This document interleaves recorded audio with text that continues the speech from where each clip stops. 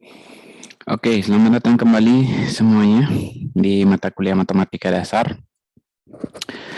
Untuk pembelajaran hari ini kita akan belajar tentang logika matematika 1 ya. Jadi setelah UTS materi pertama kita adalah logika matematika 1, di mana logika matematika ini ada 3. Itu logika matematika 1, 2, dan 3. Jadi untuk materi logika matematika sebenarnya cukup gampang untuk awal-awal, nanti ke belakang baru agak-agak susah. Oke, kita mulai saja. Yang pertama itu pengertian logika matematika, di mana pengertian dari logika matematika adalah meneliti atau memeriksa apakah suatu cara berpikir atau penalaran seseorang tepat atau tidak tepat, bukan salah atau tidak salah. Di sini maksudnya adalah kita tidak akan mencari logika berpikir seseorang itu salah atau tidak salah, tapi yang kita pikirkan adalah tepat atau tidak tepat. Nah, karena di logika matematika ini kita juga belajar mana yang kalimat yang salah, mana kalimat yang benar, seperti itu. Nah, apakah proses berpikir seseorang itu sudah tepat atau belum untuk menyatakan sesuatu itu salah atau menyatakan sesuatu itu benar, seperti itu. Bukan cara berpikirnya yang kita salahkan atau tidak salahkan, tapi pernyataan atau yang lainnya kita anggap itu salah atau benar, seperti itu. Ya, jadi itu pengertian logika matematika. Nah, untuk selanjutnya kita belajar tentang pernyataan, atau pernyataan ini bisa kita sebut dengan proposisi. Kita sering sebutnya dengan proposisi atau pernyataan. Pernyataan ke proposisi itu samalah. Di mana pengertiannya itu adalah kalimat yang sudah dapat ditentukan nilai kebenarannya. Jadi ketika kita melihat kalimat itu benar atau salah. Kalau kita sudah bisa bilang kalimat itu benar, maka dia adalah suatu pernyataan atau proposisi. Atau ketika kita bilang, oh kalimat ini salah gitu, berarti itu bisa kita sebut dengan pernyataan atau proposisi, seperti itu. Nah, contoh-contohnya seperti apa? Nah, ini kan saya berikan contoh-contohnya. Yang pertama, Semarang, ibu kota Jawa Tengah. Nah, Semarang apakah ibu kota Jawa Tengah? Nah, ini kan bisa benar, bisa salah. Nah, kalau Semarang ibu kota Jawa Tengah bernilai benar, ya benar. Jadi kita tahu, bisa tentukanlah benar atau salahnya yang ini. Kemudian yang kedua, A faktor dari 6. Nah, A ini apa? Yang faktor dari 6 ini kan cuma 1, 2, 3, dan 6 gitu. Nah, ini kita tidak bisa tentukan apakah A faktor dari 6 ini benar atau salah. Seperti itu. Jadi ini bukan suatu pernyataan. Kemudian 2 adalah bilangan ganjil. Nah, 2 kan adalah bilangan genap. Berarti ini pernyataan ini bernilai salah atau false. Kalau bernilai salah atau false, berarti kita sudah bisa tentukan ini benar atau salah. Berarti ini adalah sebuah pernyataan, seperti itu. Atau proposisi. Kemudian mudah-mudahan lulus ujian. Nah, ini kan bisa benar, bisa salah kan, bisa lulus, bisa enggak. Jadi ini bukan pernyataan atau proposisi. Kemudian 2 tambah 6 sama dengan 8. Ya, ini bernilai benar atau true. Kalau bernilai true, berarti kan kita sudah tahu benar atau salahnya. Berarti dia adalah pernyataan. Berarti ini pernyataan. Nah, kemudian X faktor dari 5. Nah, X ini kan kita belum tahu itu X itu apa. Berarti ini belum kita tahu benar atau salah. Berarti ini bukan pernyataan. Kemudian 5 tambah 4 kurang dari 7. Nah, 5 tambah 4 kan 9. 9 kurang dari 7 kan salah. Nah, ini kita bisa bilang false. Nah, tapi ini adalah sebuah pernyataan. Karena kita sudah tahu benar atau salahnya. Jadi dia pernyataan atau proposisi. Kemudian selesaikan soal di bawah ini. Kan nggak ada soal. Ya. Jadi kita belum tahu itu benar atau salah, seperti itu. Nah, ini bukan pernyataan. Ini bukan pernyataan ya. Kemudian X tambah 5 sama dengan 9. Nah, X-nya kan kita belum tahu juga. Berarti ini kita tidak tahu benar atau salah. Ini atau bisa kita bilang ini bisa bernilai benar, bisa bernilai salah. Berarti ini bukan suatu pernyataan. Jadi kalau kita, intinya pernyataan itu kalau kita sudah bilang, oh itu salah, itu benar. Nah, itu pernyataan lah atau proposisi. Seperti itu. Nah, yang terakhir X kurang 2 kurang dari 7. Ini juga bukan suatu pernyataan karena X kurang dari 2 itu bisa berapa aja. X-nya bisa berapa aja, seperti itu. Oke, itu tentang proposisi atau pernyataan. Nah, sekarang kita belajar tentang pernyataan atau proposisi komposit. Nah, pengertiannya itu adalah proposisi komposit, yaitu beberapa pernyataan tunggal yang digabung menjadi suatu pernyataan baru dengan kata hubung logika atau proposisi yang memuat perangkai. Maksudnya perangkai itu adalah kata sambungnya. Nah, kata sambungnya ini, kalau di matematika ini kita baca dengan dan, kemudian ini atau, ini maka, ini jika, dan hanya jika, JHJ biasanya kita sebut. Nah, ini kita sebut ingkaran. Nah, ini ingkaran atau bukan gitu, atau kebalikannya ya. Nanti kita pelajari itu ingkarannya.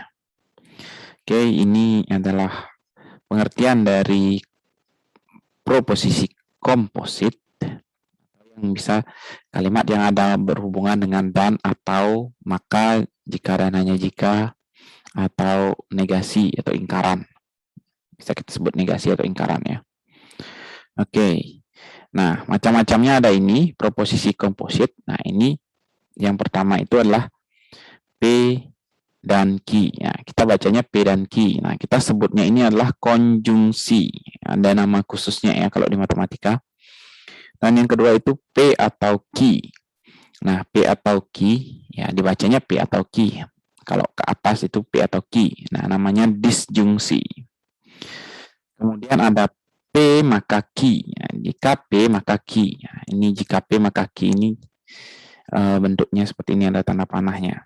Kemudian kita sebut dengan implikasi. Nah, hati-hati ketika kita menyebut tanda panah seperti ini dan tanda panah ini. Ini berbeda ya.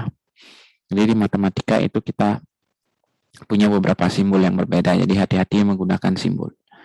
Nah, ini P jika dan hanya jika Q. Nah, ini namanya biimplikasi. Jadinya bisa ke kanan, bisa ke kiri. Contohnya adalah kita bisa sebut 2 tambah 6.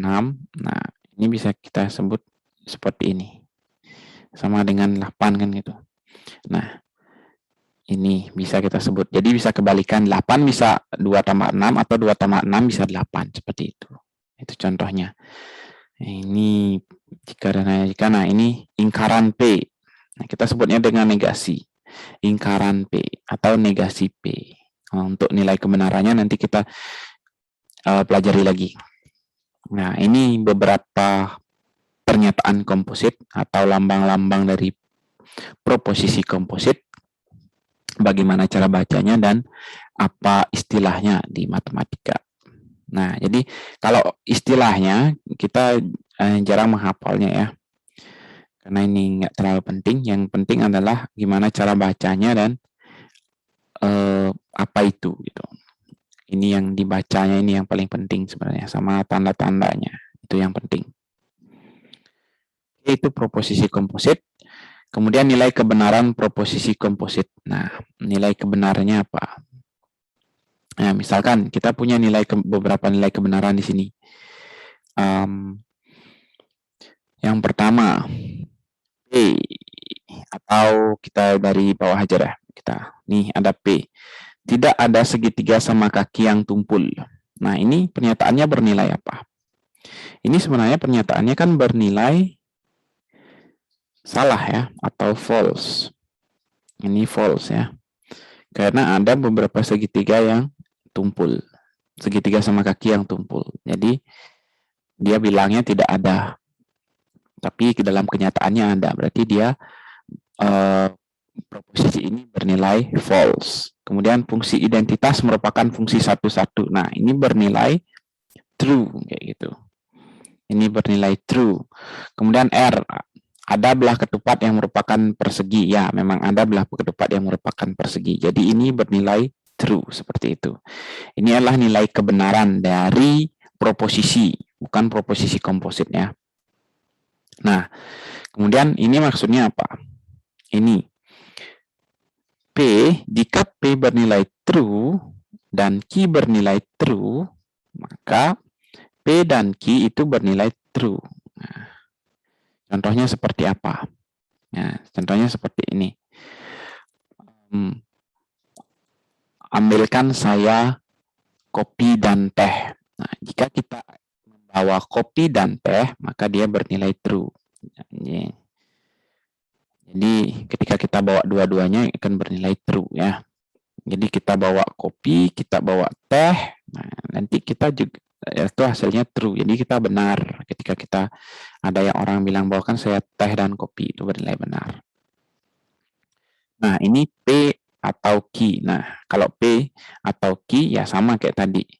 Bawakan saya teh atau kopi. Kalau kita bawa kedua-duanya ya bernilai true. Nah, ini P maka Q. Jadi, kalau P maka Q berarti jika bawa teh, maka bawa kopi. Kan kedua-duanya bawa, berarti dia benar juga, bernilai benar. Nah, ini kalau yang ini sama aja.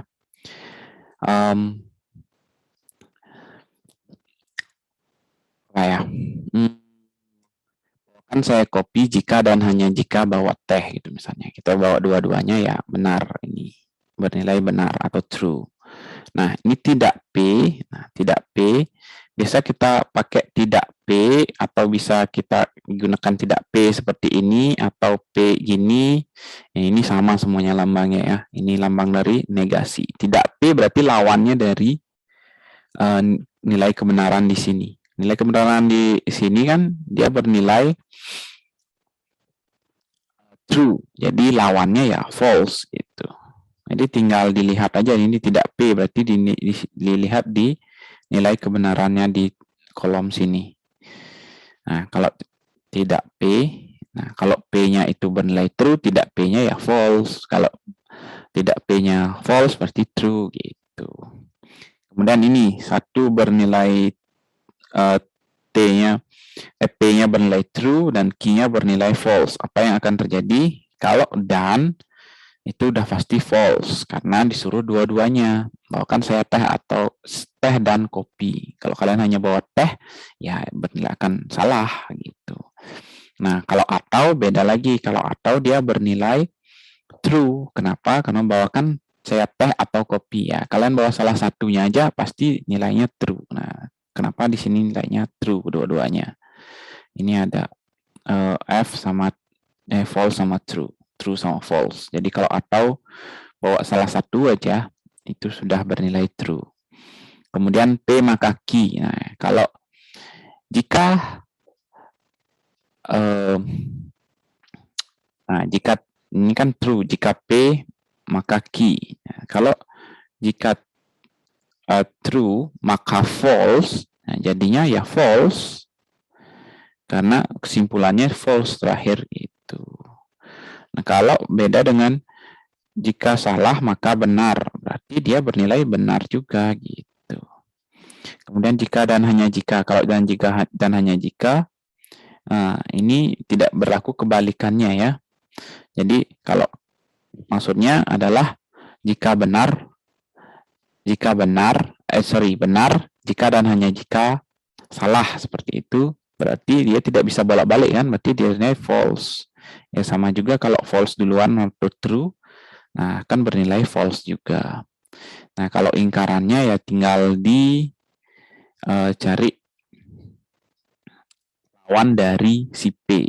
Lawan dari si P kalau di sini lawan ini T berarti di sini lawannya false. Kalau false lawannya true. Kalau false lagi lawannya true seperti itu. Kalau salah-salah, nah kalau keduanya salah, kalau di dan itu pasti salah, kalau di atau juga salah.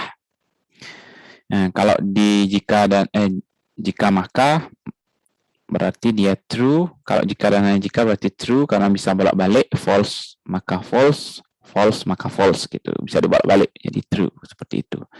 Nah, ini adalah nilai kebenaran proposisi komposit. Nah, ini juga harus dipahami dengan baik karena akan terus dipakai seperti itu. Oke, ini nilai kebenaran proposisi komposit. Nah, bagaimana jika banyak ada kompositnya? Seperti contoh ini. P maka, habis itu dalam kurung P dan Q. Nah, jadi kalau ini, kita bisa bikin yang ini dulu, yang di dalam kurung. Nah, P dan Q. Nah, kita bisa gunakan tabel agar lebih mudah, di mana kita cari tahu P dan Q-nya dulu. Jadi P kan bisa bernilai true, true, false, false. Kalau Q-nya true, false, seperti itu biar lebih cepat. Kemudian kita cari tahu dan-nya, P dan Q. Ini yang kita cari tahu selanjutnya, P dan Q-nya. Nah, ketika dia bernilai true, true, maka dan-nya true pasti true, false pasti false. Kemudian false, true pasti false. Kalau ada satu false di dan itu, pasti dia nilainya false seperti itu. Nah, baru kita hubungkan dengan P, maka ini berarti kita cari tahu dari kolom P dan kolom ini. Nah, jangan dicari di kolom Q. Jadi, true, maka true, hasilnya pasti true. Kemudian, true, maka false, hasilnya false. False, maka true, hasilnya true. Kemudian, false, maka false, hasilnya true. Seperti itu. Ini sambung-sambungannya ya. Jadi kita tidak menggunakan key lagi setelah terakhir. Nah, gimana kalau ada banyak seperti itu? Misalkan di sini ada negasi seperti itu. Ya, jadi tambahin satu kolom lagi. Nah, isinya negasi dari P dan Q gitu. Jadinya negasinya dari ini kan false, kemudian ini true, ini false, ini true. Baru dihubungkan si P ini, P yang kolom pertama dengan yang kolom terakhir seperti itu. Kalau ada di sini ada lambang negasinya. Itu kalau kita menggunakan tabel ya. Jadi lebih mudah kalau menggunakan tabel. Jika ini proposisi kompositnya agak rumit, jadi kita bisa menggunakan tabel. Oke. Selanjutnya kita belajar tentang tautologi, kontradiksi, dan kontingensi. Oke. Yang pertama, tautologi adalah proposisi komposit yang selalu bernilai benar untuk setiap nilai kebenaran dari posisi. Jadi, dimanapun ininya pasti dia bernilai benar. Contoh, P dan Q maka P. Jadi, kalau kita anggap kita random aja, P-nya bernilai false, Q-nya bernilai true, kemudian P-nya pastikan false. Nah, di sini false dan true. Berarti ini bernilai false kan. Kemudian maka false. False maka false akan bernilai true. Nah, jadi apapun nilainya nanti si P dan Q ini dia pasti posisi komposit ini selalu bernilai true. Contoh lain, misalkan ini kita bisa tadi ini true false, jadi sekarang kita true pakai true, kita pakai di sini key-nya false, berarti P-nya true juga kan. True dan ini true dan false, berarti dia bernilai false. False maka true, berarti dia bernilai true. Nah, ini kan bernilai true nanti. Jadi ya selalu dia bernilai true. Nah, ini yang disebut dengan tautologi. Jadi pernyataan komposit yang selalu bernilai benar seperti itu.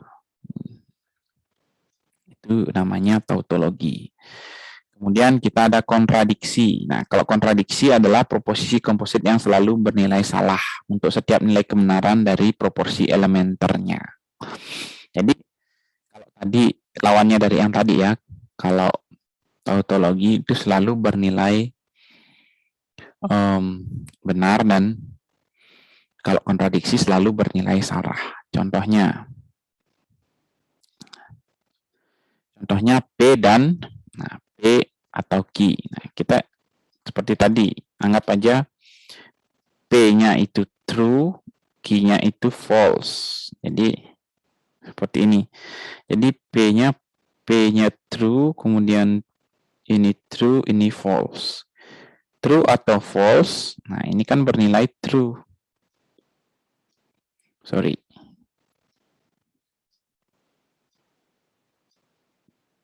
P-nya true, Q-nya false. Oke. Ini bisa bernilai false, bisa bernilai true ya. Nah, ini ada kata dan-nya, berarti dia akan bernilai false nantinya. Seperti itu. Ini false ya. Jadi, ini akan bernilai false. Jadi, kontradiksi selalu yang bernilai salah. Seperti itu. Jadi, ketika dia bernilai salah, selalu bernilai salah, dia kontradiksi namanya. Oke, kemudian kontingensi adalah proposisi komposit yang bukan tautologi dan kontradiksi. Artinya, seperti ini contohnya P, maka P dan Q. Nah, ini bisa bernilai benar, bisa bernilai salah. Jadi, dia bukan tautologi, bukan kontradiksi. Ingat, kalau tautologi itu dan kontradiksi itu ada kata selalunya ya. Selalu bernilai. Ini selalu. Jadi, selalu bernilai benar atau selalu bernilai salah. Seperti itu. Itu tautologi, kontradiksi, dan kontingensi. Nah, pengertiannya cuma seperti itu aja. Tapi jarang digunakan ya. Tautologi itu contohnya kayak pernyataan matahari dari timur. Nah, itu kan selalu bernilai benar. Kontradiksi selalu bernilai salah. Misalkan satu adalah bilangan ganjil. Itu akan selalu bernilai, satu adalah bilangan genap, gitu. Itu kan selalu bernilai salah, seperti itu. Kalau kontingensi bisa bernilai benar, bisa bernilai salah, seperti itu. Jadi bukan tautologi, bukan kontradiksi. Jadi suatu saat, kalau kontingensi itu suatu saat dia bernilai benar, suatu saat kalau diubah kenyataannya juga bernilai salah. Itu kontingensi. Kemudian kita bicara tentang implikasi logis. Nah, implikasi logis itu adalah misalkan P dan Q masing-masing proposisi komposit. Jadi P dan Q itu di dalam P sama Q itu ada kompositnya ya, ada dan atau maka, seperti itu. Maka proposisi P maka Q disebut implikasi logis jika P maka Q itu tautologi dan dapat ditulis P. Nah, ini lambangnya ya. Implikasi, jadi jika P maka Q. Nah, ini implikasi logis. Kalau udah tandanya seperti ini, dia implikasi logis. Kalau ini baru implikasi biasa aja. Kalau ini implikasi logis. Contohnya, ini contoh yang tadi ya, yang di depan, yang di tautologi. Ini kan selalu bernilai benar. Nah, maka kan kita bisa buat seperti ini. Seperti itu. Hanya itu contohnya. Hanya pengubahan dari tautologi. Kalau dia berupa implikasi, kita bisa ubah tandanya menjadi tanda panah, tapi ada ininya dua, garisnya dua ya. Itu kita sebut dengan implikasi logis. Kemudian ekuivalensi. Nah, ekuivalensi ini pengertiannya apa? Misalkan P dan Q masing-masing proposisi komposit, maka P dikatakan ekuivalen Q atau ditulis P EK. Nah, EK itu ekuivalen, atau ada juga yang menulisnya dengan garis 3 seperti ini. Boleh. Itu P ekuivalen Q. Jika P dan Q mempunyai nilai kebenaran yang sama. Nah, maksudnya seperti apa? Ini ada P, misalkan jika P maka Q. Nah, kalau ini Q, ini tidak P atau key. Nah, ini akan bernilai sama, yaitu ini true, false, false, true, true, true, true, seperti itu. Jadi, si P, jika P maka key, nah ini ekuivalen dengan tidak P atau key. Ya, ini kita sebut dengan ekuivalensi. Ada banyak jenis ekuivalensi yang akan kita pelajari nanti ya, setelah di logika matematika 2, seperti itu. Nah, untuk pembelajaran hari ini, untuk pembelajaran hari ini sampai di sini. Kemudian ini latihannya, diketahui proposisi PQR, ada hasil yang P ada hasil jumlah dua bilangan ganjil yang ganjil. Semua hasil jumlah bilangan ganjil dan genap adalah ganjil. R tidak ada bilangan prima yang genap, seperti itu. Nah, kita harus tahu dulu nilai kebenarannya dari P, Q, R, seperti itu. Itu untuk menjawab nomor 1. Itu harus kita tahu dulu. Nah, baru nanti kita cari ini dulu, P dan Q. Nah, P-nya bernilai benar apa bernilai salah? Q-nya bernilai benar atau salah? R-nya salah atau benar? Nah, kita cari dulu ini dan menggunakan tabel yang di awal tadi. Kemudian kita cari ataunya dengan R. Kalau misalkan ini bernilai false, kemudian R-nya bernilai true. Kalau atau berarti ini kan nilai true, seperti itu. Jadi kita cari yang terakhir aja, true-nya seperti apa. Nah, ini untuk latihan. Nah, untuk latihan ini, jika kalian mempunyai pertanyaan untuk latihan-latihan ini, silakan komentar di video ini di bawah. Jangan ragu-ragu ya, nanti saya akan jawab pertanyaan kalian di kolom komentar juga. Oke, ini untuk latihan. Kemudian nanti absensinya seperti biasa, absensi dan feedbacknya akan saya munculkan di Google Form Moodle-nya ya. Itu untuk absensi. Kalau ada pertanyaan dan atau apapun itu bisa ditaruh di komentar di bawah. Oke, untuk hari ini atau untuk pertemuan kali ini saya cukupkan sampai di sini. Sampai ketemu di pertemuan selanjutnya.